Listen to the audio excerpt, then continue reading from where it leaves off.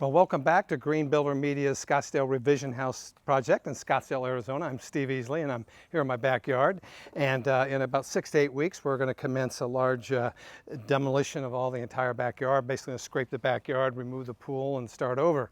This pool is 35 years old and has a lot of cracks in the pool deck as well as missing tiles, and it's just at the end of its life. In addition to that, when they set the elevation of this pool originally, they set it too high. And so when we get rain, water tends to run back towards the house, which is not good. So we've hired an engineer to do a grading and drainage plan that's going to really allow all that water to run away from the pool and the house, and it'll be a lot better from a durability perspective. Now, as part of that process, we get to build and design a new pool, and part of that requires selecting a new pool deck.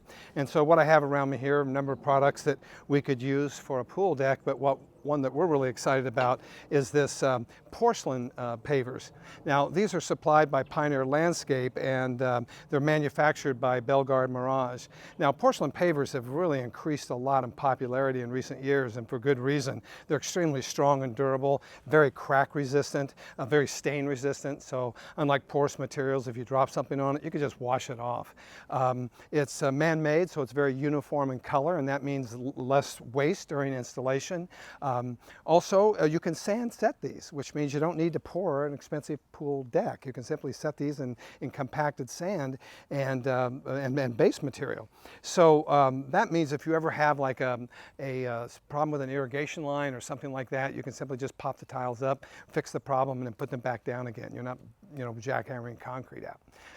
Another advantage of these products is that they're just so darn good looking, and they come in a variety of sizes, colors, and shapes. Like these are 2x2.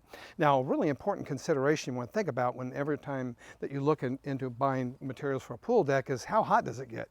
Our temperatures here can get well over 100 degrees, and so you don't want to buy a product that's going to burn your feet. So I have an infrared gun here, and let's just take some surface temperature measurements of some of these basic materials here and see how they stack up to the porcelain pavers, because porcelain is quite a bit denser than the other products. So let's take a look at our artificial turf, and that clocks in at about 140 degrees. Our gravel measures about 134 degrees.